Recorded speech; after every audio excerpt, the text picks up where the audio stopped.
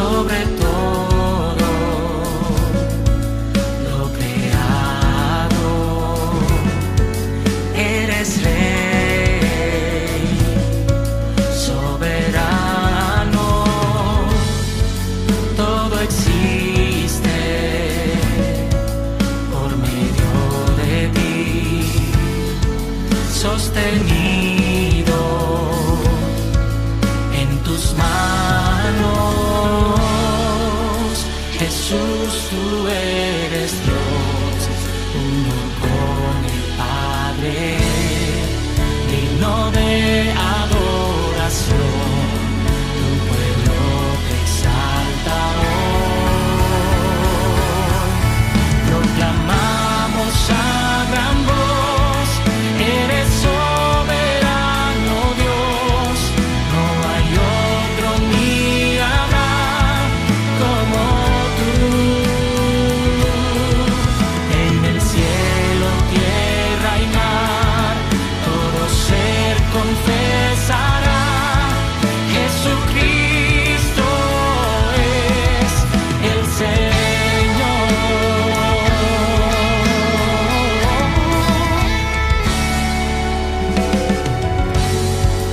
Nombre sobre todo nombre, solo en ti somos salvos. Eres antes que la eternidad y por siempre reinarás.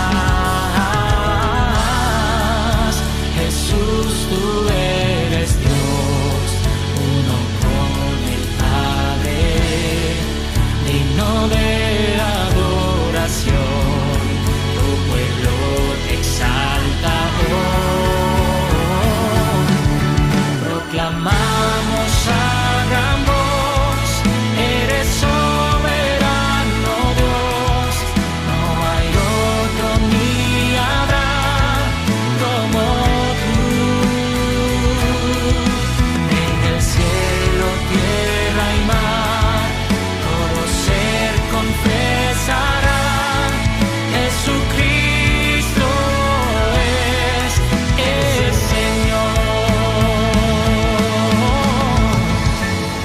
Toda rodilla se doblará ante tus pies y toda lengua confesará, tú eres Rey.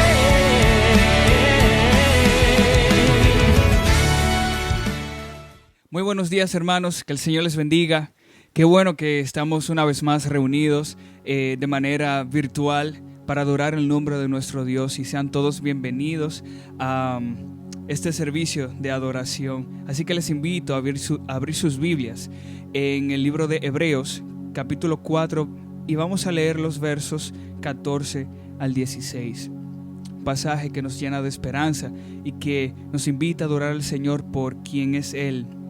Dice así la palabra de Dios: por tanto, teniendo un gran sumo sacerdote que traspasó los cielos, Jesús el Hijo de Dios, retengamos nuestra profesión, porque no tenemos un sumo sacerdote que no pueda compadecerse de nuestras debilidades, sino uno que fue tentado en todo, según nuestra semejanza, pero sin pecado.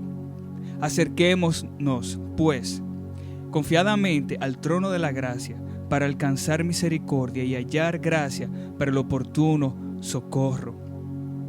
Ese sumo sacerdote es el Rey, y a Él debemos mirar. Cantemos al Señor.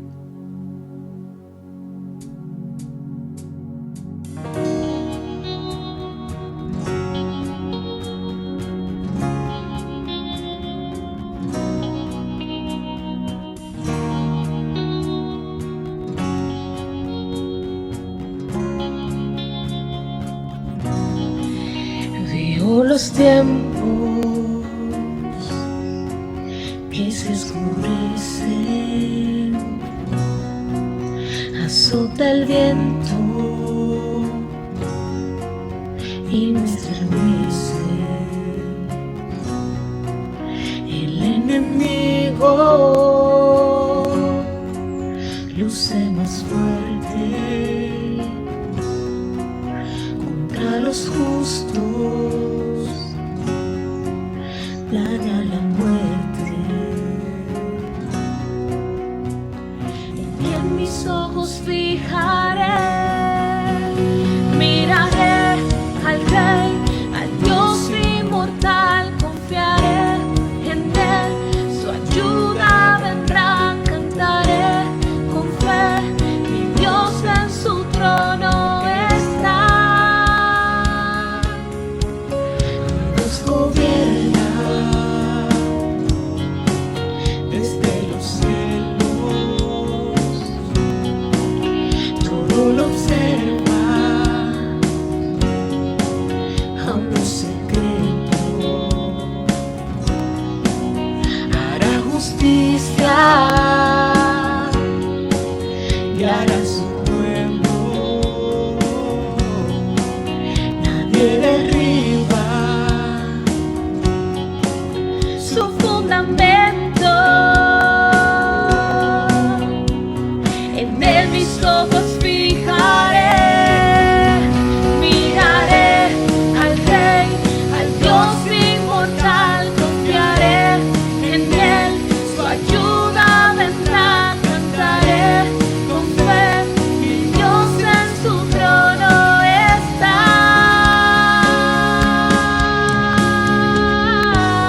Sí, Señor, tú en tu trono estás y nadie te mueve, tú eres inmutable. A pesar de las circunstancias, tú sigues siendo Rey, tú sigues siendo el eterno Dios. Por siempre y para siempre tu nombre sea adorado. Por eso no tenemos que temer. Yo no temeré, yo no huiré, no me moveré, solo espero en Él. Yo no temeré, yo no huiré, no me moveré, solo espero en Él. Yo no temeré, yo no huiré, no me moveré, solo espero en él. Yo no temeré, yo no huiré, no me moveré, solo espero en él.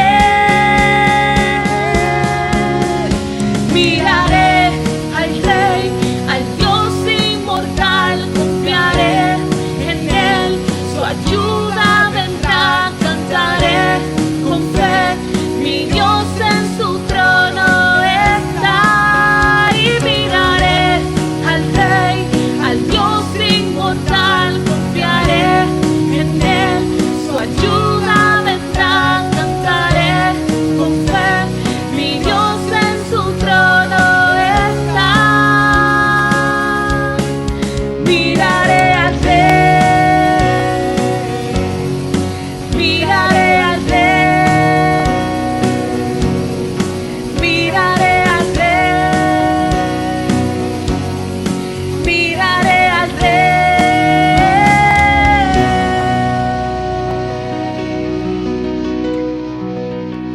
Así es, Señor, a ti miramos. Señor, a ti nos rendimos. A ti damos la gloria y la honra. Pues tú eres nuestro Dios y nuestro Salvador. Eres nuestro Rey soberano que habita en la eternidad, cuyo nombre es santo, santo, santo, es nuestra roca. Señor, te damos gracias por este día. Gracias, Señor, por tu misericordia y porque tú nos has permitido reunirnos, oh Dios, como tu iglesia, adorarte, reconociendo que tú eres nuestra roca eterna, nuestro pronto auxilio y nuestro Dios eterno, que no lo mueve nadie. Tú eres incomparable, oh Dios. Mi roca eres tú.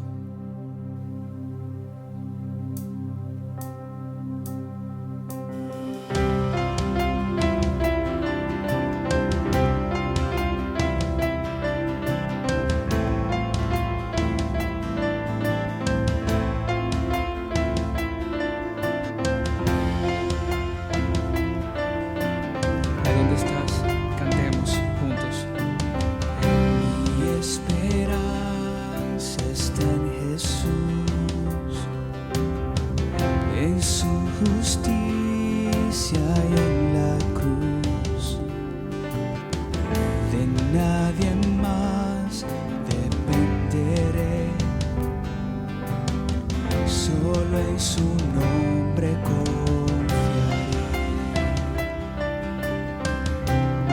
mi esperanza.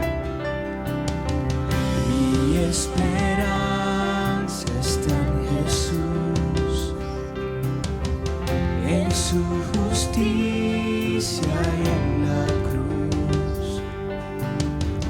De nadie más dependeré,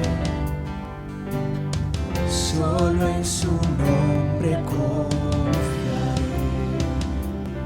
Es Jesús, en Jesús, fuerte soy, solo Él, mi roca es, sobre la tempestad, Él es Rey.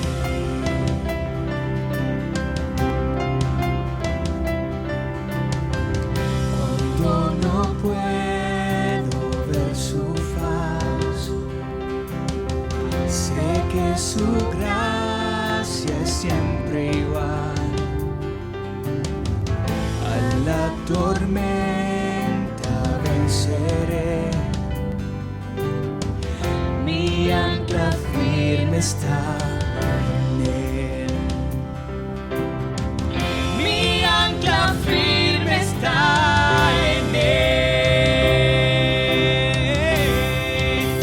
En Jesús, fuerte soy, solo Él, mi roca es, sobre la tempestad, Él es Rey.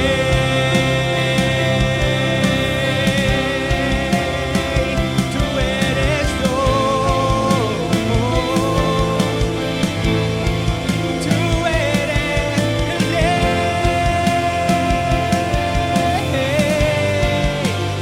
En Jesús, fuerte soy, solo Él, mi roca es, sobre la tempestad, Él es Rey.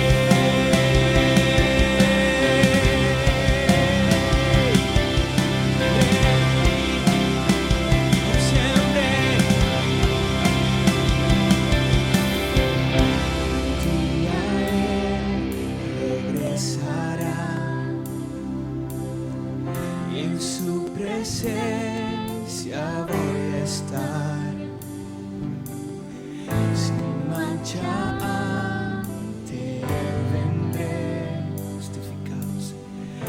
justificado por la fe. Oh, en Jesús, fuerte soy, solo Él, mi roca es, sobre la tempestad, tú eres Rey.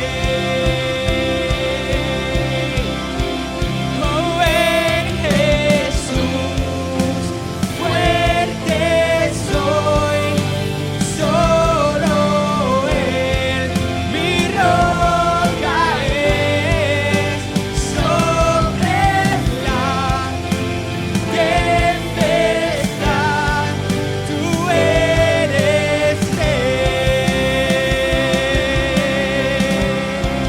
Tú eres Rey, mi Rey Dios, Jesús Rey.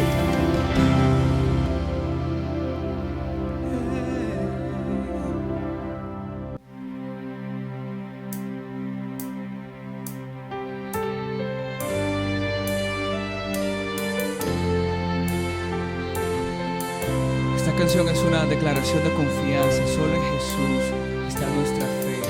Esta es la historia de la redención tuya y mía. Así que cantemos juntos. Solo en Jesús. Solo en Jesús está mi fe, mi esperanza.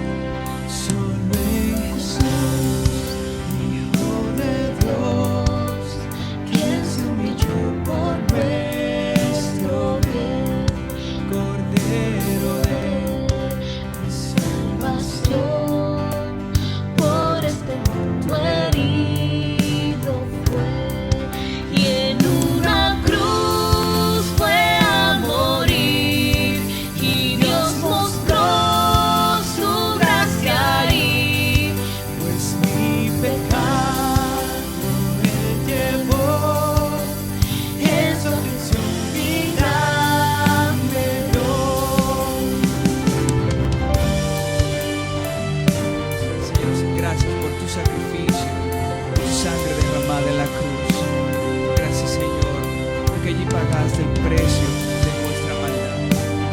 Y sin ti no estuviéramos aquí. Nos cantamos de tu maravilla. En un sepulcro él yació, el cuerpo inerte del Señor. Hacia el tercer día llegó, resucitó en gloriosa luz, y al triunfar sobre el mal, perdió el pecado potestad. El suyo soy, el mío es, pues con su sangre me compró.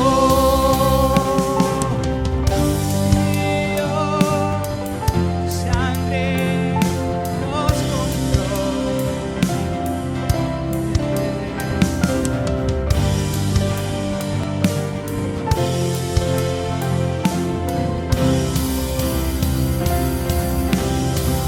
Desde al nacer hasta el morir, sea el poder de Cristo en mí.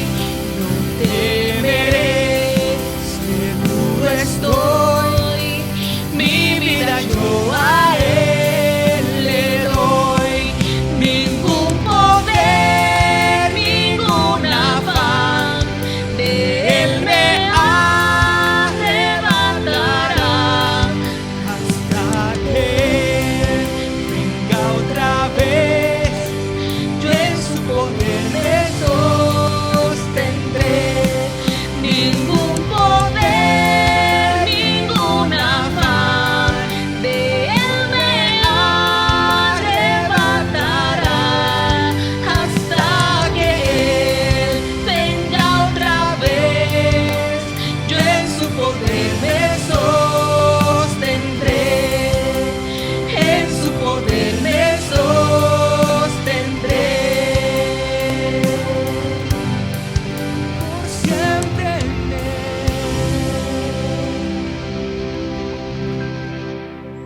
Oh tú, Jehová, Dios creador, sustentador, propietario de todo, de quien no se escapa nada de tu presencia, ni de tu control, ni mucho menos nuestro deseo y aliento.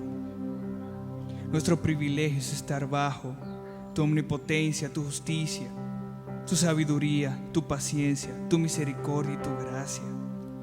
Señor, tu amor es más grande de lo que imaginamos, más grande de lo que pudiéramos pedir.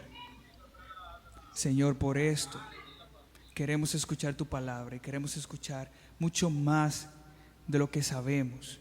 Señor, queremos rendirnos ante tu palabra, tu presencia, y que Cristo sea exaltado por medio de la predicación y que nuestros corazones sean transformados. Te lo pedimos y te lo suplicamos en el nombre de Jesús. Amén.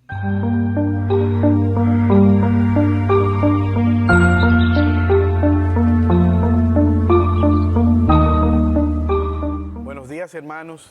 Una vez más damos gracias al Señor que nos permite estar aquí para adorar el nombre del Señor y poder contemplar sus maravillas y al mismo tiempo compartir la palabra de Dios en este momento de distanciamiento social. Agradecemos al Señor por la tecnología y por los hermanos que han estado colaborando para que podamos llevar la palabra de Dios y ser edificados. Gracias a los hermanos de la adoración y gracias a todos los hermanos que están poniendo su granito de arena para poder llevar a cabo este propósito de poder compartir la palabra de Dios. Te invito en este momento a que puedas buscar una Biblia, tú que me estás mirando, aun si no eres creyente y tienes una Biblia en tu casa, puedas buscarla para compartir la palabra de Dios en este momento. Y te invito a leer en Primera de Pedro, capítulo 1, versículo 13 al 22. Estamos predicando una serie en la carta del apóstol Pedro, Primera de Pedro, que hemos titulado Esperanza en medio del sufrimiento.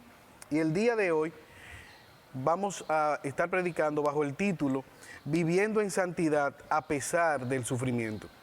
Primera de Pedro, capítulo 1, versículo 13 al 22. Leemos la palabra de Dios en el nombre de Jesús. Llamamiento a una vida santa. Por tanto, ceñid los lomos de vuestro entendimiento, sed sobrios y esperad por completo en la gracia que se os traerá cuando Jesucristo sea manifestado. Como hijos obedientes, no os conforméis a los deseos que antes teníais, estando en vuestra ignorancia, sino como aquel que os llamó es santo, sed también vosotros santos en toda vuestra manera de vivir, porque escrito está, sed santos porque yo soy santo. Y si invocáis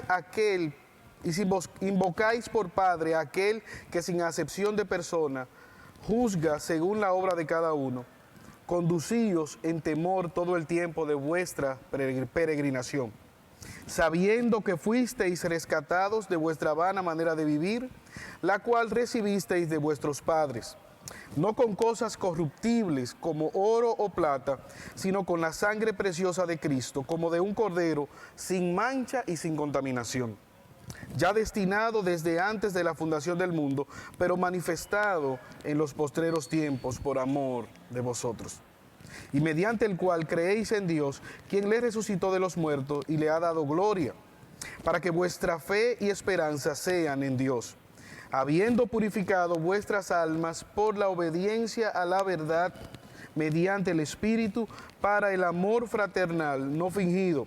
Amaos unos a otros entrañablemente de corazón puro. Hace algunos años, una señora en los Estados Unidos pasó 3 veces por el frente de su casa sin poder entrar. Y ella luego recordó que cerca de su casa había una iglesia en la cual ofrecían consejería bíblica. Y tomó la decisión de ir y buscar consejería bíblica. Al llegar a la iglesia, preguntó por el pastor consejero y mientras hablaba con él, le narró su historia y ella le contó: vengo ahora mismo, he tenido 40 años de matrimonio y ahora mismo vengo de la funeraria, vengo de enterrar a mi esposo. Y he pasado 3 veces por el frente de mi casa y no encuentro cómo entrar.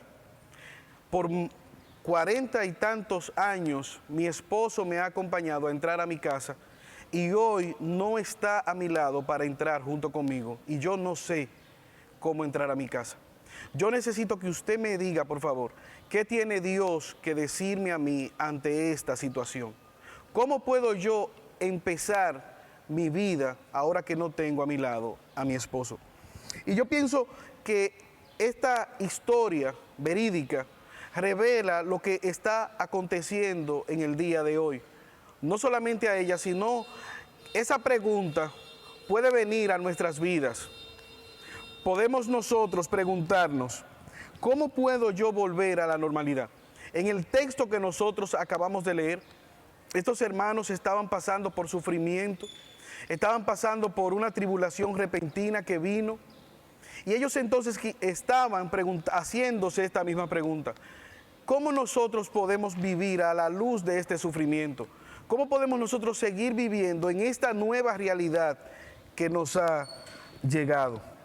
Ahora, es importante en nuestro contexto, porque en sentido general pienso que el mundo entero, no solamente la iglesia, se está haciendo esta pregunta: ¿cómo recuperar nosotros nuestra nueva normalidad? Y yo pienso que la palabra de Dios tiene respuesta a nuestras vidas en esta pregunta. Pero antes, acompáñame en oración para presentarnos delante del Señor. Oremos. Señor, te alabamos y te bendecimos y te damos gracias. Te suplicamos, oh Dios, que tú nos hables por medio de tu palabra. Tu palabra es veraz, siempre viva, siempre eficaz. Yo te pido, oh Señor, que nos asista. Ayúdanos, oh Señor, a poderla predicar con integridad, a poderla predicar con claridad. Ten misericordia, oh Señor, del predicador, porque para estos fines, oh Señor, ¿quién es suficiente? Que como barro pueda ser opacado por el brillo del tesoro que es tu palabra. Que al hablar pueda hacerlo con denuedo, con autoridad. No una autoridad que viene de Él, sino una autoridad que tiene en la palabra.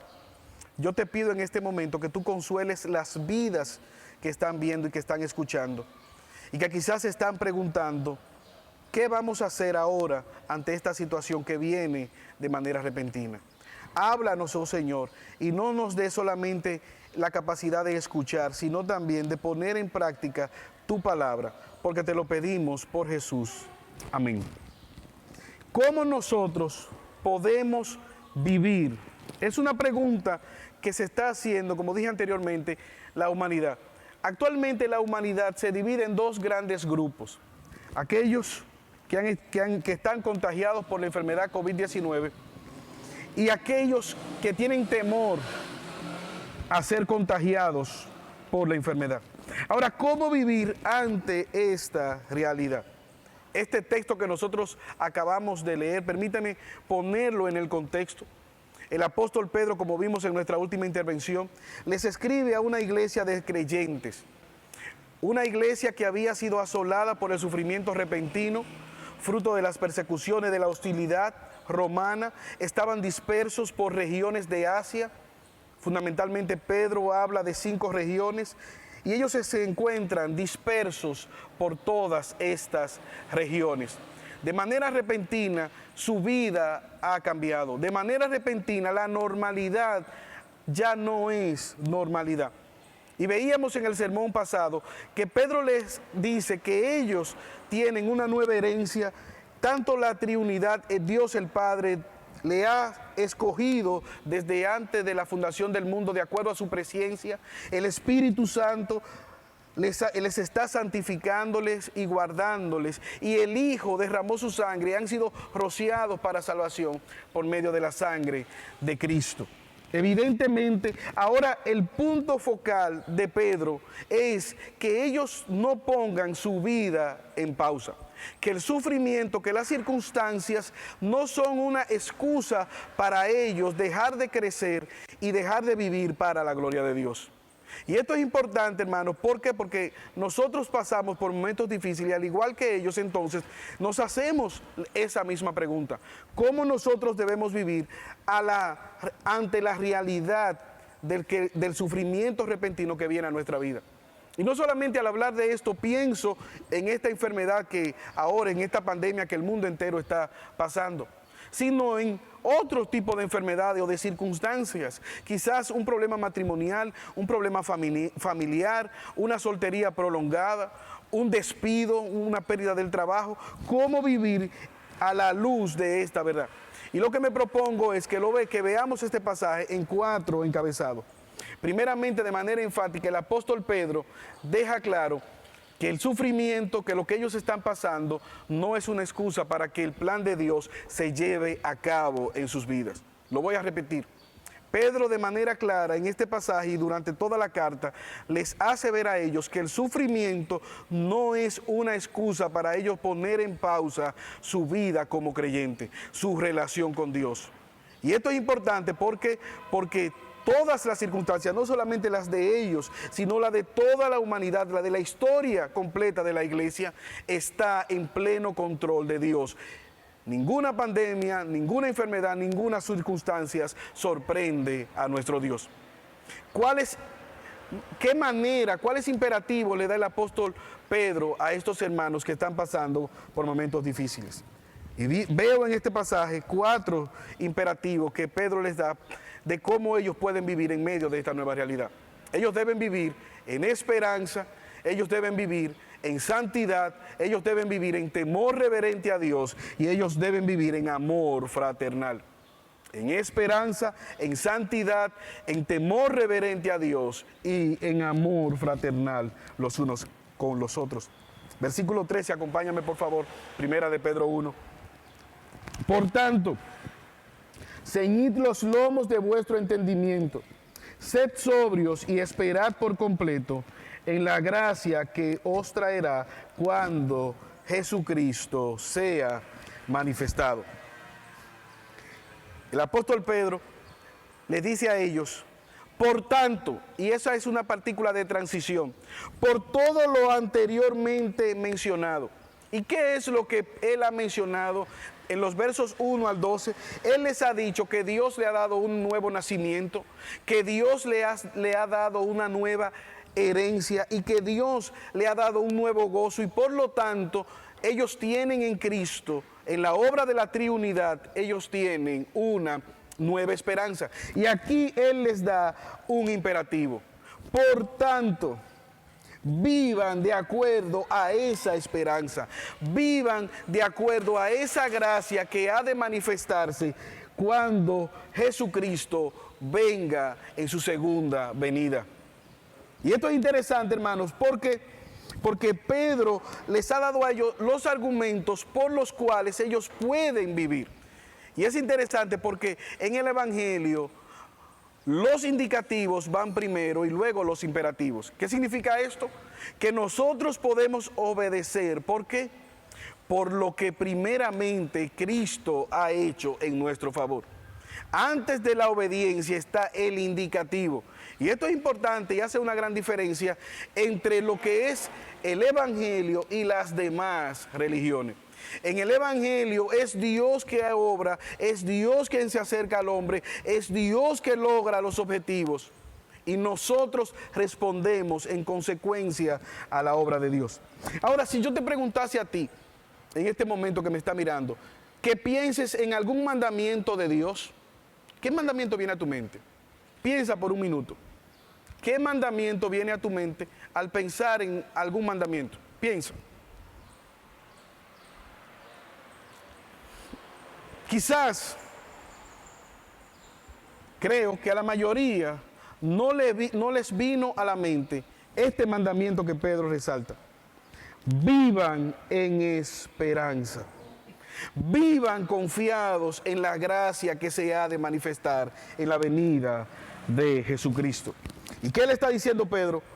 Por lo que Cristo ha hecho, ustedes deben vivir en esperanza. Confiados, cimentados sobre la esperanza, sobre esa realidad.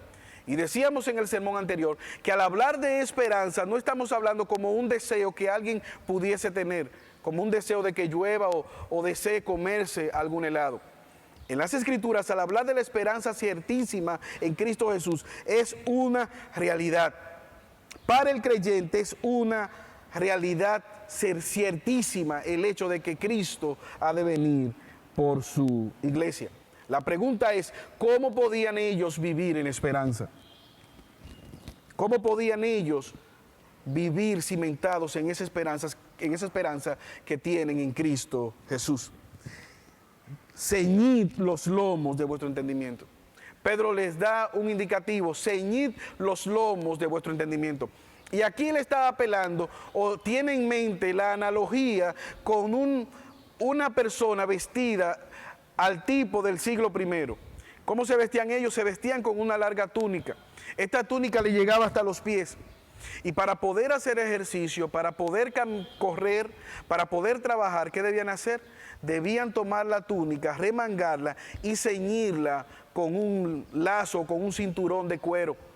¿Para qué? Para tener más agilidad en las piernas y poder entonces pelear en la batalla, hacer algún deporte, hacer algún tipo de trabajo y que entonces la túnica, la vestimenta no fuera un obstáculo.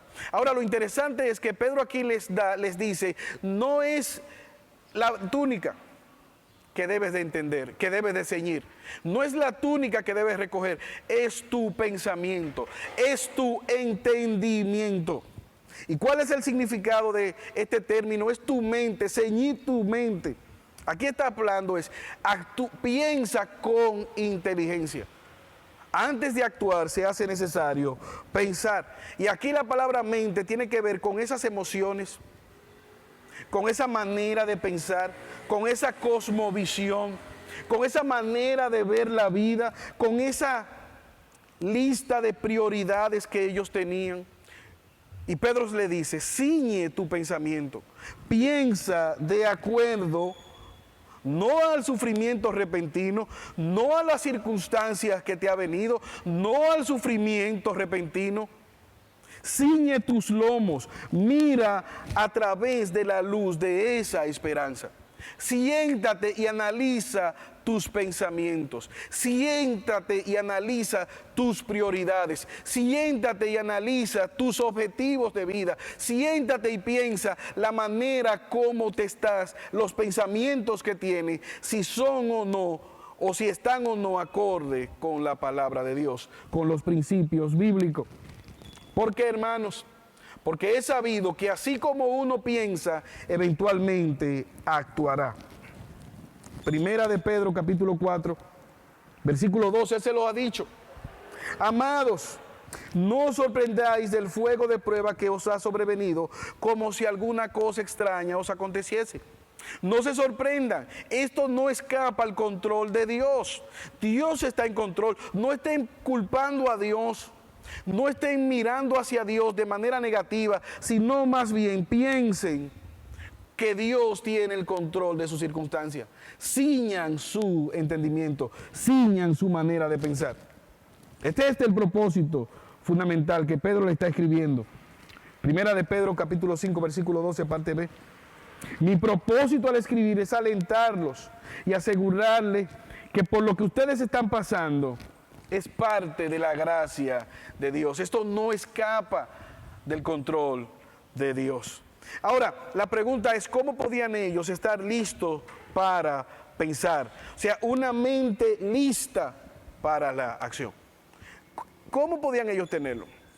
Uno de los momentos, hermanos, más difíciles que yo recuerdo, o de más temor en mi carrera como médico, fue el estar justamente o providencialmente estaba en la emergencia, saliendo del hospital con un amigo, y una enfermera con mucho conocimiento venía corriendo con su bebé recién nacido. Ella vivía en las proximidades del hospital. Y su bebé estaba literalmente bien pálido, azuloso, necrótico, en hipoxia. Pero ella decía, ay, mi bebé, y se aferraba a su bebé. Entonces nosotros estábamos tratando, mi amigo médico y yo, tratando de que ella nos entregara el bebé para poder reanimar el bebé. Pero ella ni reanimaba el bebé ni permitía que nosotros lo hiciéramos. Fue ahí donde mi amigo tuvo que sujetarla por la parte de la espalda y yo rápidamente tratar y quitarle el bebé. Gracias a Dios todo salió bien y pudimos reanimarle y el bebé volvió y recuperó su vitalidad. Ahora, ella tenía el conocimiento. Otras veces ella había reanimado a otras personas, pero en este momento, al tratarse de su hijo, la cosa había cambiado. Ese conocimiento se había olvidado y ella no estaba actuando en consonancia con el conocimiento que como enfermera experta ella tenía. Por eso es necesario, hermanos, entonces, que al nosotros prepararnos para la acción, que en medio del sufrimiento, antes de tomar cualquier decisión, antes de pronunciar cualquier palabra, es importante ceñir nuestro entendimiento a la luz de la palabra de Dios. Y si de algo, hermanos, ha servido o sirve siempre el sufrimiento, es para revalorizar o replantear nuestras prioridades, nuestra manera de pensar. ¿Cómo podían ellos estar listo para el pensamiento, tener la mente dispuesta para la acción, que es el imperativo que Pedro les estaba dando? Siendo sobrios, versículo 13, parte B. Sed sobrios, sean sobrios. Y al hablar de sobriedad, ¿qué nos viene a la mente? El alcoholismo. Una mente controlada por el alcohol no es una mente sobria. Tú y yo nos ha tocado vivir o ver a un borracho. ¿Y qué es un borracho? Es una persona que no está en sobriedad. Su mente está controlada por el alcohol. Sus emociones están controladas por el alcohol. Lo que habla está controlado por el alcohol. Sus reflejos están controlados por el alcohol. Todo su ser, toda su manera de conducirse está bajo los efectos del alcohol. Pedro les está diciendo que nada nuble tu mente, que nada te impida pensar a la luz de lo que Dios ha dicho, que puedas pensar con sobriedad. Sed sobrio, ejercita el dominio propio. Dominio propio como marco de referencia, que la palabra de Dios sea ese marco de referencia que te permita actuar. Que no sea el sufrimiento, que no sea la negligencia espiritual, que sea la palabra de Dios que te ayude a ver con claridad. ¿Cómo podían ellos vivir en esperanza? Siendo sobrios, ciñendo su entendimiento en sobriedad, pero también siendo pacientes. Parte C del versículo 13. Esperad por completo en la gracia que os traerá cuando Jesucristo sea manifestado. Esperad por completo. ¿Y cuál es la idea? Cristo ya ha venido. Cristo vino en su nacimiento. Él vino a vivir una vida que ni tú ni yo podíamos vivir delante de Dios el Padre. Y vivió en perfección desde su cuna hasta su tumba. Ahora, Él ha ido a preparar morada. ¿Para qué? Para volver por su esposa. En la antigüedad, un hombre se desposaba con una mujer, daba su palabra, dejaba una dote en señal de que volvería. Entonces esta mujer se quedaba esperando que el novio volviera. Cuando volvía el novio, él preparaba el lugar donde ella iba a vivir y venía con las amistades, venía con los seres queridos, venía con sus familiares, y en ese mismo momento se consumaba la boda con una celebración que duraba hasta 7 días de celebración. Y de ahí entonces la novia, ahora esposa, partía con su esposo a consumar ya ese matrimonio. Y eso es lo que Pedro está diciendo. Ustedes tienen la promesa. Ya Cristo ha venido y le ha dado las arras del Espíritu Santo, la garantía del Espíritu Santo. Pero ¿qué pasa? Que todavía no se ha completado su esperanza. Y por lo tanto, ustedes tienen que ser pacientes y esperar que cuando Cristo venga en ese día glorioso para el pueblo de Dios, ese día de fiesta, ese día de boda, ese día de celebración, todos entonces, que todos aquellos que hemos puesto nuestra esperanza en Cristo, será deleitoso, podremos disfrutar. ¿Cuándo esto será llevado a cabo? Pedro dice, cuando Cristo se manifieste. La pregunta es, ¿se ha manifestado Cristo? ¿Ha venido Cristo en su segunda venida? No. Por lo tanto, pacientemente debemos seguir confiando y aguardando esa esperanza hasta que Cristo sea manifestado. Por lo tanto, no te canses. Por lo tanto, no se turbe tu corazón. Por lo tanto, no te desalientes. Por lo tanto, sigue perseverando.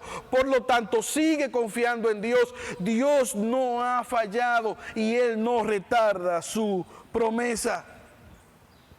¿Cuál es el problema, hermanos? La manera como nosotros pensamos. Génesis capítulo 13. La Biblia habla de 2 hombres. Abraham, a quien se le dio una promesa de una larga descendencia. ¿Qué hizo Abraham? Abraham se llevó a su sobrino Lot con él. Dios le dijo, sal de tu tierra y tu parentela a una tierra que yo te voy a mostrar. Y él se llevó a Lot. Pero en Génesis capítulo 13, versículo 10, Dios ha prosperado grandemente tanto a Abraham como a Lot, al punto que dice las Escrituras que los pastores de Abraham y los de Lot ya vivían peleando. Y es ahí donde Abraham toma la decisión de separarse de su sobrino y pone a Lot a escoger. Escoge tú dónde has de ir. Y si tú vas a la derecha, yo iré a la izquierda. ¿Cuál fue el problema, hermanos? Que siempre Lot está tomando malas decisiones. ¿Qué hizo Lot? Lot se paró y miró en el horizonte y dijo, wow, la mejor tierra, la tierra fértil, y escogió una tierra que era muy parecida a lo que él había visto cuando estaban en Egipto. Y pensó en sus ovejas. Primariamente pensó en su rebaño, primariamente pensó solamente en el aspecto económico y escogió un valle fértil al lado de un río. ¿Cuál es el problema? Versículo 10, Génesis 13. Y alzó Lot sus ojos y vio toda la llanura del Jordán, que toda ella era de riego, como el huerto de Jehová, como la tierra de Egipto en la dirección de Zoar, antes que destruyese Jehová a Sodoma y Gomorra. Mas los hombres de Sodoma y Gomorra eran malos y pecadores contra Jehová, versículo 13, en gran manera. ¿Cuál fue la tierra que escogió Lot? Una tierra parecida a la que él había visto en Egipto. ¿Cuál fue esa tierra? Una tierra cercana a Sodoma y Gomorra. Y eventualmente Job se fue mudando cada día más hasta que llegó a habitar en Sodoma y Gomorra. Ahora, la vida de Lot y de Abraham, en ese sentido, son totalmente diferentes. Abraham siempre estaba siendo dirigido delante de Dios, detrás de la promesa. Lot estaba tomando las decisiones en base o fundamentado solamente en sus beneficios económicos o en sus beneficios terrenales. Y usted ve que, si sigue leyendo la historia de Lot, tuvo un final fatal, un final destructivo en todas las decisiones familiares que vinieron a su vida. Mientras la historia de Abraham fue diferente. ¿Cuál fue el asunto primariamente?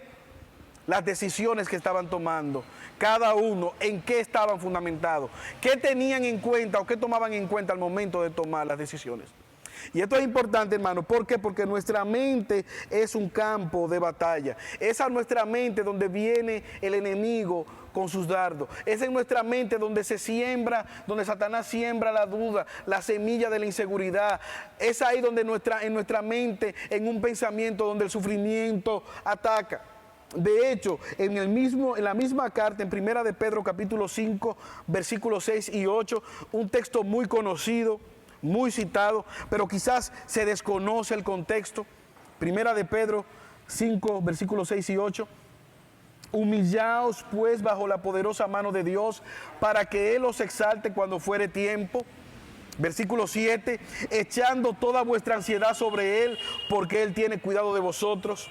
Y este es un pasaje muy conocido. Sed sobrios y velad, verso 8, porque vuestro adversario el diablo, como león rugiente, anda alrededor buscando a quien devorar. Muchas veces se cita, mira, ten cuidado. El diablo anda como un león buscando a quien devorar. Pero el apóstol Pedro lo que está hablando en los textos anteriores, versículos 6 y 7 es, humíllate y sométete bajo la autoridad de Dios. Él gobierna y tú sométete. ¿Y qué hago? Cuando tengo angustia, cuando tengo sufrimiento, cuando tengo ansiedad, versículo 7, echa tu ansiedad sobre Él y confía porque Él tiene cuidado de ti. ¿Y qué dice el versículo 8? La misma palabra, el llamado a la sobriedad, el llamado al dominio propio y a velar. Sed sobrio y velad. ¿Por qué? Porque el adversario, Satanás, anda como un león rugiente buscando a quien devorar. Él va a atacar la credibilidad y la confianza que tú has puesto en Dios. Él va a atacar por medio del sufrimiento y de las circunstancias la fidelidad de Dios. Él va a atacar la confianza que debemos poner en Dios. ¿Y qué va a pasar cuando nuestra mente no esté sobria? Cuando el temor inunde nuestra mente, cuando la duda venga a nuestra mente, que eventualmente terminaremos hablando y dudando de la benevolencia de Dios, de la misericordia de Dios, de la provisión de Dios, de la fidelidad de Dios, de las promesas de Dios. Por eso es vital ceñid los lomos de nuestra mente, y debemos hacerlo en sobriedad, debemos hacerlo en paciencia, debemos hacerlo confiadamente, esperando hasta que se manifieste completamente nuestra esperanza. Ahora, en el caso de estos hermanos, ellos podían estarse preguntando, ¿cómo vamos a salir de esto? ¿Cómo vamos a salir de esta situación que viene fruto de nosotros ser creyentes? ¿Dónde está Dios en medio de este sufrimiento que nos ha venido? Son preguntas que quizás ellos estaban haciendo en este momento. ¿De qué vamos a vivir ahora que estamos dispersos, que somos peregrinos y extranjeros? ¿Cómo puedo yo seguir mi vida igual si quizás no siento el deseo de hacerlo? ¿Qué va a pasar mañana? Y esto es interesante, hermano, porque en nuestro caso yo pienso que esas son preguntas que quizás como creyentes nosotros nos estamos haciendo. Ahora, hermanos, si hay algo que el sufrimiento base y que esta pandemia ha hecho es desvelar algo que es desvelar una realidad que siempre ha estado ahí. ¿Cuál es esa realidad? Dios siempre ha tenido el control de todas las cosas. Esta pandemia nos ha evidenciado que somos polvo, que somos débiles, que somos como una neblina, como un soplo. Y que hay uno que es grande, que hay uno que es todopoderoso, que hay uno que es omnisciente y es nuestro Dios. Ante la pregunta, ¿cuándo saldremos de esto? Hay una sola respuesta: cuando el Dios que sustenta todas las cosas así lo determine. ¿De qué vamos a comer? ¿Qué vamos a vivir? Viviremos de lo que nuestro buen Dios y Padre bueno nos ha provisto. No solamente en medio de la pandemia, sino siempre. Si tú has respirado el aire, si has comido, no es porque eres inteligente o porque trabajas mucho, es porque Dios te ha provisto el pan de cada día. Que seas agradecido, que lo hayas ignorado por mucho tiempo, es otra cosa. Hermanos, nosotros al igual que ellos debemos vivir confiados, cimentados sobre la esperanza que ha de ser manifestada de manera plena cuando Cristo venga. Ahora, ante la pregunta, ¿cómo nosotros vamos a vivir en esta esperanza? Hemos visto que Dios nos llama a vivir en esperanza. Debemos vivir ceñidos los lomos de nuestro entendimiento. Y quizás me gustaría darte algunos puntos de aplicaciones. Pienso que como iglesia no debemos cantar el mismo coro de queja que está cantando el mundo. Pienso que como pueblo escogido de Dios debemos echar nuestras aflicciones sobre Él como Él nos manda.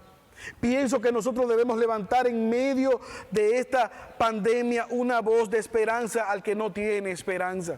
Pienso que como creyente es una situación importante para modelar a Cristo, para modelar no temor, no incertidumbre, no queja, sino confianza en aquel que nos sostiene. Ahora, no solamente es importante resaltar la manera de pensar, sino que Pedro va más allá. Él se dirige a la manera de vivir, cómo debían ellos vivir. Y esto es interesante, porque muchas personas dicen amar a Dios, dicen que Dios es lo más importante en sus vidas, dicen que quizás su familia también es importante en el orden de prioridades, dicen que la palabra de Dios es digna de ser escuchada. Pero usted y yo sabemos que realmente no aman a Dios, que realmente no aman a sus familias, que realmente Dios no ocupa su primer lugar.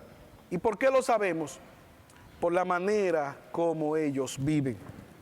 Por eso, un creyente no solamente vive como aquel que tiene esperanza, no solamente una idea, no solamente un pensamiento, sino que ese pensamiento se manifiesta con una acción de vida.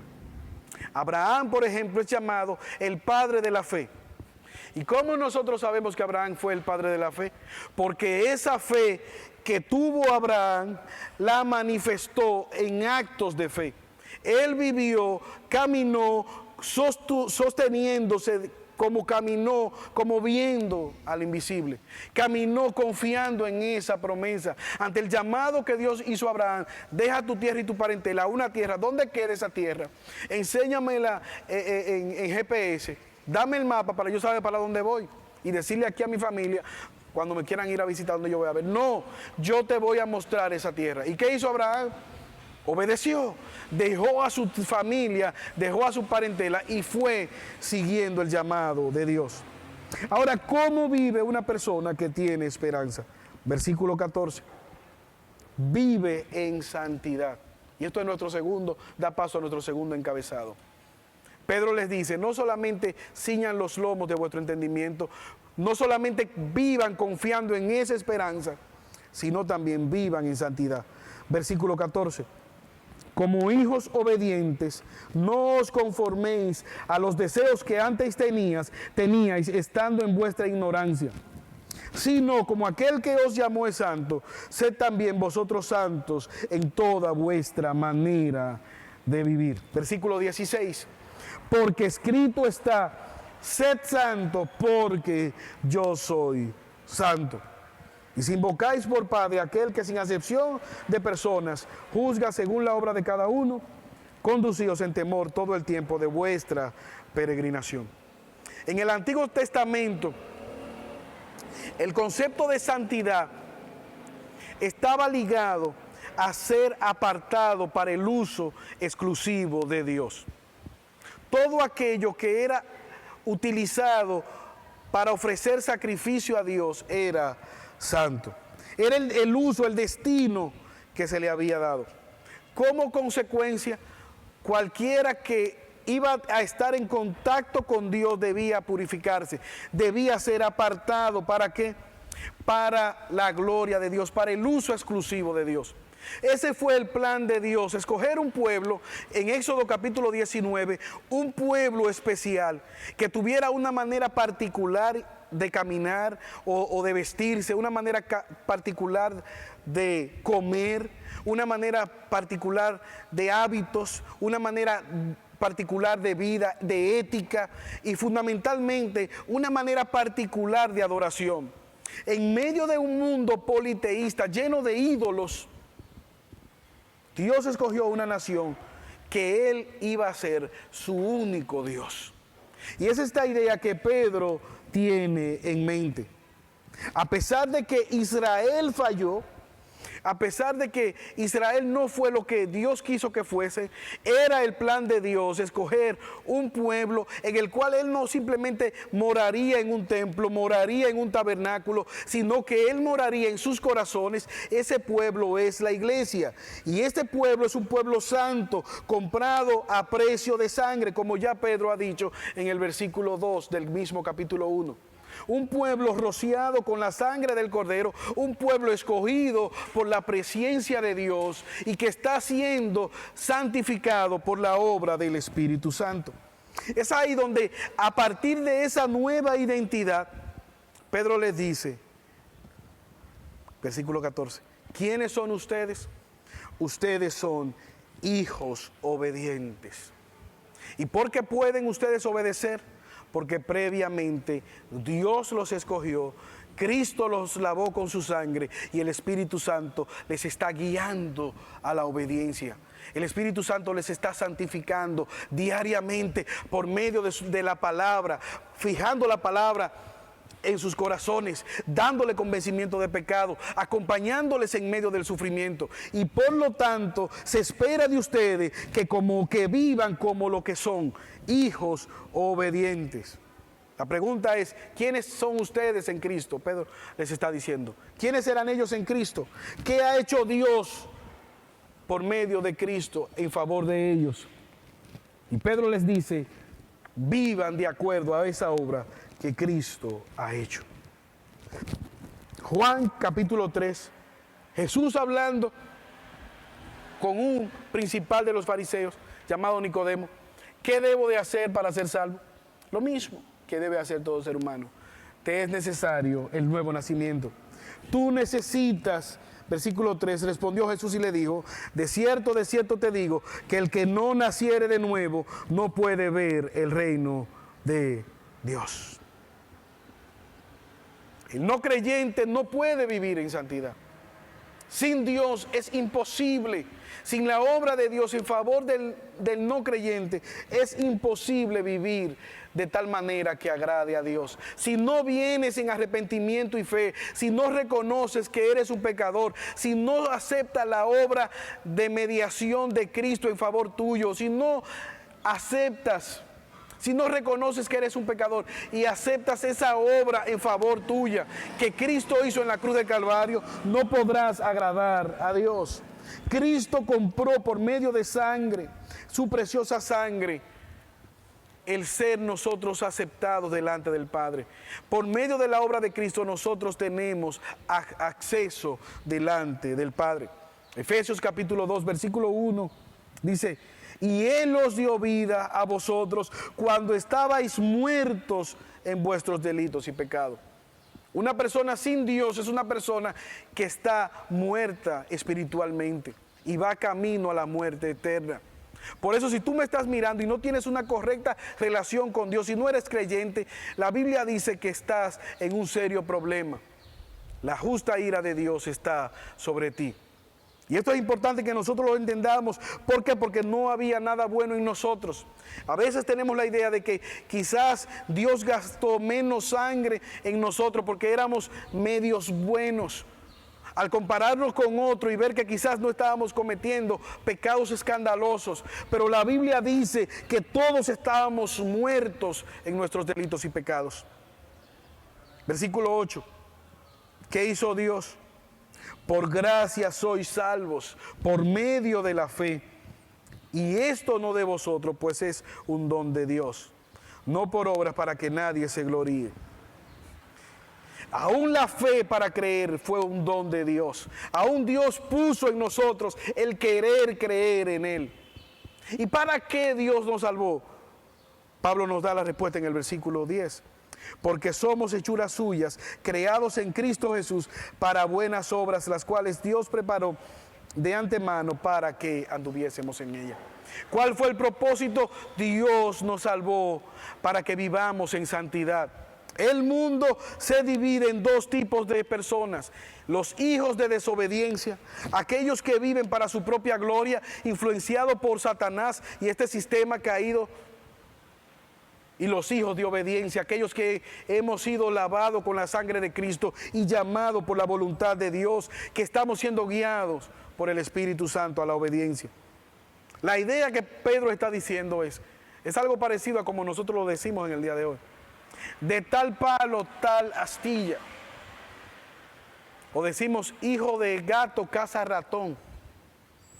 ¿Qué estamos diciendo?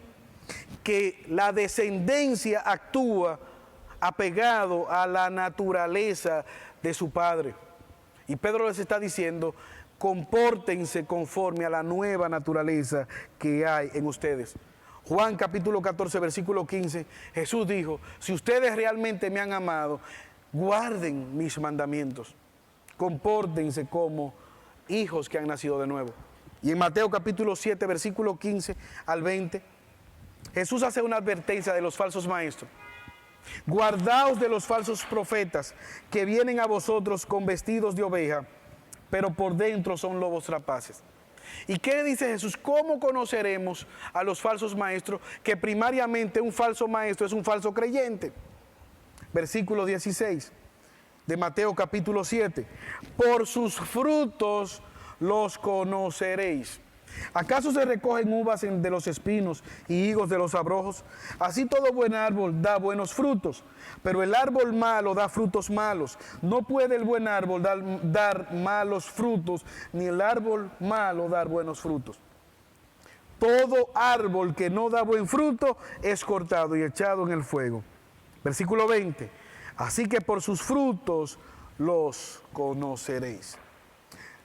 Como cada árbol, ¿qué hace cada árbol? Da fruto de acuerdo a su naturaleza, de acuerdo a su especie.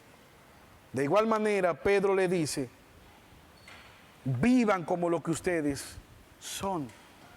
Vivan de acuerdo a esa nueva naturaleza, en obediencia, en santidad. Ahora, la pregunta es, ¿cómo ellos debían vivir?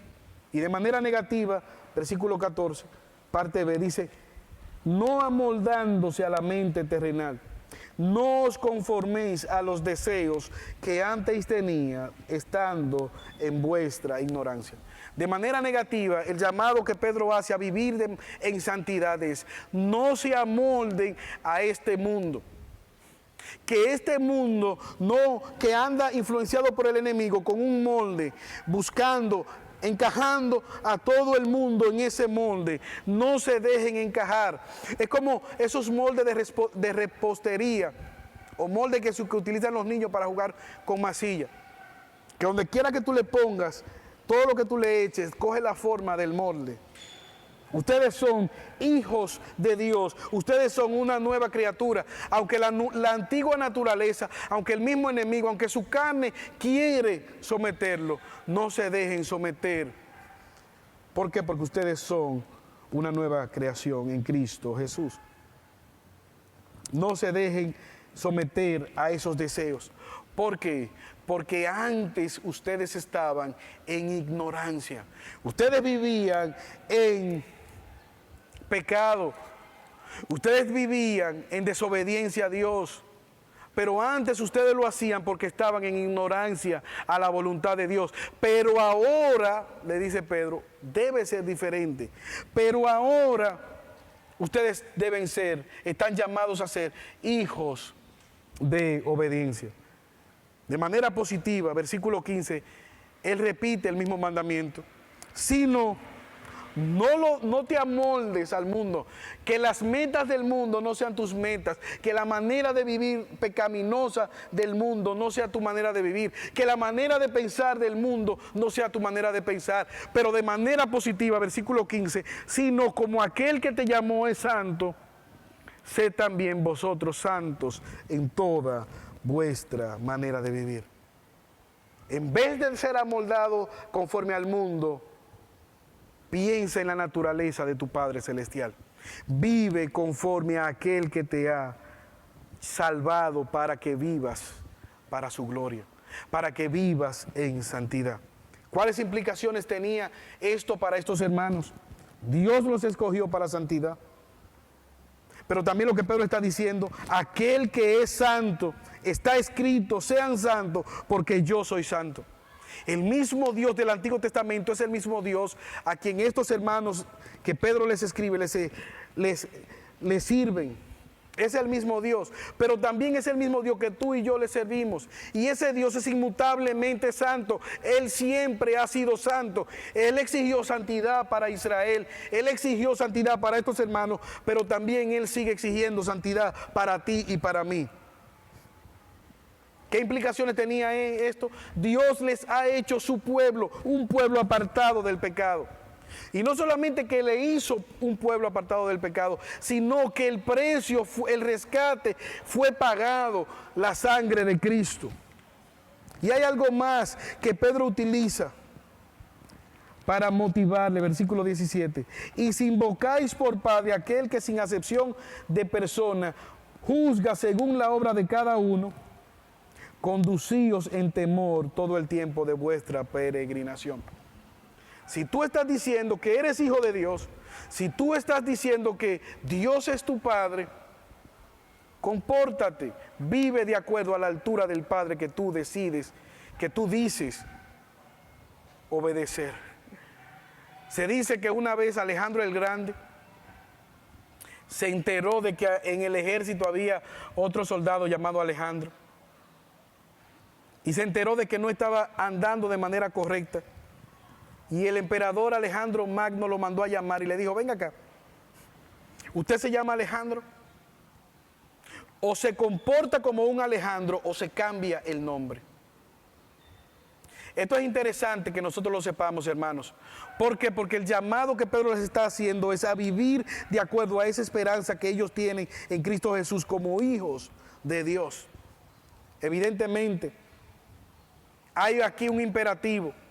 Ten pendiente que ese Dios que tú invocas como Padre es un juez justo. Dios es tu Padre, pero es un juez justo que juzga a toda la nación, a todo el mundo, según las obras de cada quien. ¿Y qué debía esto producir en ellos? Lo que Pedro les está diciendo es que las pruebas no son una excusa para poner su obediencia en pausa, su relación con Dios en pausa. Dios sigue estando en control en medio de todas las cosas. Ahora, en mi caso, como pastor, quizá he escuchado con más frecuencia de la que me gustaría a personas decir, yo sé que la Biblia dice, pero es que mi situación, yo sé que Dios demanda de mí, pero es que si usted supiera, como si de alguna manera Dios tuviera dos tipos de categoría, como hacen las empresas telefónicas que tienen un plan A, un plan B, un plan máximo, un plan limitado, un internet de tantos megas. Y ellos entonces entienden que pueden vivir de una manera diferente. ¿Por qué? Porque tienen una manera particular de circunstancia. Quizás eso sea lo que tú estás pensando en este momento. Quizás estás pensando tirar la toalla en medio de este momento de sufrimiento. Pedro les dice, no, vuestro Dios es santo.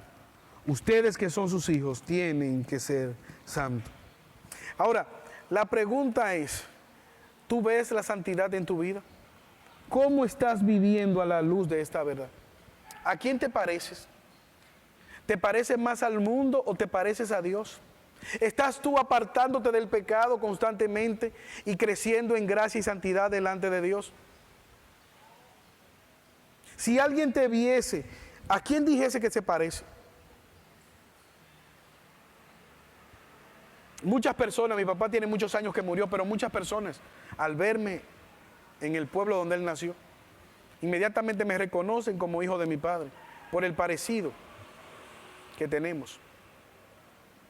Ahora, el creyente es uno que se parece a su padre. Tu conducta, tu manera de pensar, tu manera de hablar, tu manera de conducirte en esta tierra, tu manera de trabajar, ¿a quién se parece? ¿Al impío o se parece a un hijo de Dios? Cuando tú desobedeces, ¿qué haces? ¿Justifica tu desobediencia? ¿O vienes delante de Dios y lo confiesa? Y esto es interesante porque Pedro no solamente hace un llamado a vivir en esperanza, no solamente hace un llamado a vivir en santidad, sino él les manda a que vivan en temor reverente a Dios. Versículo 17. Si os invocáis por Padre a aquel que sin acepción de personas juzga según la obra de cada uno, conducíos en temor reverente en todo el tiempo de vuestra peregrinación.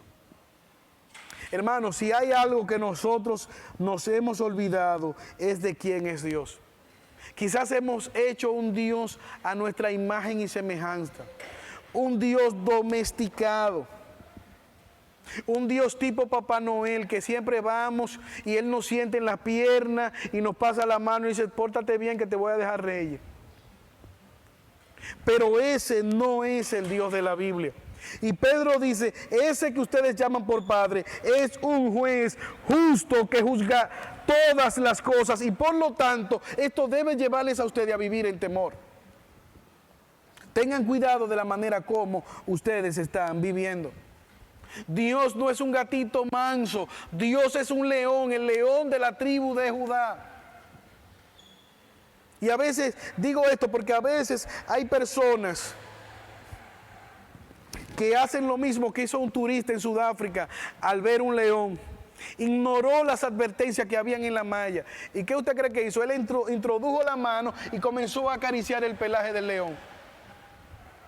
Pero parece que el león se cansó de esto y le mordió la mano y casi pierde la mano con la mordida del león. Hermanos, el conocer a Dios debe llevarnos a nosotros a vivir en esperanza, a vivir en santidad, pero a vivir también en temor reverente delante de Dios. No un día, no simplemente ahora perseverar en el sufrimiento, sino que Pedro dice, todo el tiempo de vuestra peregrinación, todo el tiempo de su existencia en esta tierra, deben vivir conforme o en temor reverente delante de Dios. Hebreos capítulo 12, versículos 28 y 29 dice, así que recibiendo nosotros un reino inconmovible, tengamos gratitud y mediante ella sirvamos a Dios, agradándole con temor y reverencia. Y el versículo 29, porque nuestro Dios es fuego consumidor. Dios es amor, pero también Dios es fuego consumidor. El autor de los Hebreos dice, vivan en temor reverente delante de Dios, porque ese mismo Dios que les ha salvado, ese mismo Dios que les ha dado vida eterna, que les ha dado esperanza, ese mismo Dios que les ama, ese mismo Dios que es un buen Padre proveedor, ese es el mismo Dios que también es un juez justo que juzga todas las cosas. Y esto, hermano, debe nosotros producir dos cosas: el temor a Dios, un deseo constante de agradarle, y también debe producir en nosotros reverencia hacia nuestro Dios, respeto, porque el apóstol Pedro nos está diciendo que un día Él juzgará todas las cosas. Y en un juicio pasan dos cosas. En un juicio justo, los culpables son condenados y salen en tristeza y vergüenza, y los inocentes son absueltos y salen celebrando y con la ganancia de causa. ¿Cuál es la motivación que Pedro le está? Versículo 18. Sabiendo que ustedes fueron rescatados de vuestra vana manera de vivir, la cual recibieron de vuestros padres, no con cosas corruptibles como oro o plata, sino con la sangre preciosa de Cristo, como un cordero sin mancha y sin contaminación, ya destinado desde antes de la fundación del mundo, pero manifestado en los postreros tiempos por amor de vosotros. Ustedes fueron rescatados de su manera de vivir, no con sangre de macho cabrío como en la antigüedad en el pueblo de Israel, sino por la sangre preciosa de Cristo, no con cosas perecederas como el oro o la plata, sino con la sangre del Cordero. Por lo tanto, ustedes deben vivir en santidad, en temor reverente, y deben vivir en esperanza. Finalmente, Pedro les insta a vivir en amor fraternal. Parte B del versículo 22. Habiendo purificado vuestra alma por la obediencia a la verdad mediante el Espíritu, para el amor fraternal no fingido, amaos unos a otros entrañablemente de corazón puro. Una relación vertical con Dios es evidenciada en una relación correcta, horizontal con los hermanos. Y esto es interesante, y vamos a seguir hablando más adelante del amor. El apóstol Pedro sigue hablando más adelante de esto.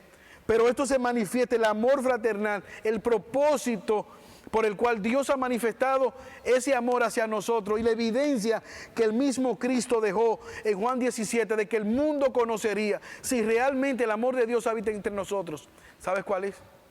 Que nos íbamos a amar genuinamente los unos a los otros. Juan 17. Para que todos sean uno, como tú, oh Padre, en mí y yo en ti, que también ellos sean uno en nosotros, para que el mundo crea que tú me enviaste. Jesús oró por sus ovejas y dijo, la manera que se manifestará será esa, que ellos se amarán genuinamente. Ahora, hermanos, si el mundo mira a la iglesia y ve maldad, si el mundo mira a la iglesia y ve envidia, hipocresía, y no ve la diferencia, entonces por el mandato de Cristo ellos pueden dudar de que realmente nosotros hemos nacido de nuevo. ¿Qué ha hecho esta circunstancia? ¿Qué le está diciendo Pedro? Esta es una oportunidad para que ahora ustedes se amen entrañablemente, con un amor genuino, con un amor sincero. El sufrimiento es una oportunidad para manifestar ese amor. En medio de ustedes alejarse por su sufrimiento, todo lo contrario, es una oportunidad para Dios glorificarse al ver cómo se aman de manera genuina. Y eso es interesante, hermano, porque nosotros en medio también del sufrimiento es una oportunidad. Esta pandemia es una oportunidad para manifestar el amor que nos tenemos los unos a los otros. Esa es una oportunidad no para nosotros actuar de manera egoísta y recoger hacia adentro, sino para nosotros extender generosamente nuestras manos hacia los necesitados, primariamente con la familia de la fe. Y ese amor se manifiesta de manera entrañable, es un amor que fluye desde las entrañas, desde lo más profundo de nuestro ser. Pero también es un amor puro, es un amor genuino, es un amor que no tiene segundas intenciones. Usted y yo hemos visto muchos políticos regalando cosas, haciendo obras de caridad. Pero detrás de eso, dejando la tarjeta, dejando el afiche, tomando la foto, grabando el video y luego subiéndolo en las redes sociales. ¿Para qué? Para de alguna manera tratar de canalizar un voto, haciendo una generosidad, pero con la intención de buscar un voto con esa ayuda que están dando. Quizás, si no estuviera el problema, quizás no estuvieran en las calles exponiendo sus vidas. Pero tú y yo, como creyentes, debemos amarnos genuinamente, con amor puro, de manera entrañable. Las circunstancias que vienen a nuestra vida son una manifestación o una oportunidad para manifestar el amor de Dios. Hace algunos días, Usted y yo fuimos testigos en nuestro país, la República Dominicana, de en medio de la cuarentena, de la prohibición, del distanciamiento social que tenemos. Una persona tomó una cruz, un peregrino tomó una cruz, con un supuesto mensaje, un falso mensaje, de que Dios le había dicho que depositando la cruz en el mar de Puerto Plata, en una playa de Puerto Plata, esta epidemia del COVID-19 desaparecería. Cientos de personas iban tras de él, quizás miles. Un falso maestro, una falsa esperanza. Usted y yo sabemos que no pasó nada, que no pasó ninguna obra milagrosa como él dijo que iba a suceder. Ahora, hermanos, hace más de 2000 años, un peregrino tomó un madero, pero no cualquier peregrino. Este era el único hombre perfecto que permaneció durante toda su existencia en esta tierra perfectamente. Hubo uno que vivió plenamente en esperanza, que vivió perfectamente en santidad, que vivió cada día delante de su Padre en temor reverente y que vivió en amor fraternal por su prójimo. Por eso estaba cargando su propia cruz. Ese hombre, Dios hombre, llamado Jesucristo, lo hizo por amor a ti, por amor a mí. Pero como consecuencia de la paga de nuestro pecado. Él no tenía ninguna necesidad de hacerlo. Solamente motivado por el amor, por el deseo de agradar a su Padre Celestial. Lo hizo para darnos esperanza y para que al igual que Él nosotros podamos vivir confiados en esa esperanza, vivamos en santidad, para que podamos vivir en temor reverente delante de Dios y para que al igual que Él podamos manifestar el amor genuino los unos a los otros. Hermanos, que cada día podamos tener pendiente la obra gloriosa de nuestro buen Dios y Salvador Jesucristo y vivir a la luz del ejemplo que Él nos ha dejado. Oremos. Señor, ayúdanos, oh Padre Celestial. En ti está nuestra confianza. Oh, buen Dios, gracias por la obra de Cristo. Confiamos en ti, esperamos en ti. Ayúdanos a vivir cada día en esperanza, en santidad, en temor reverente delante de ti, oh Dios. Y ayúdanos cada día a amarnos genuinamente los unos a los otros. Te lo pedimos por Jesús. Amén.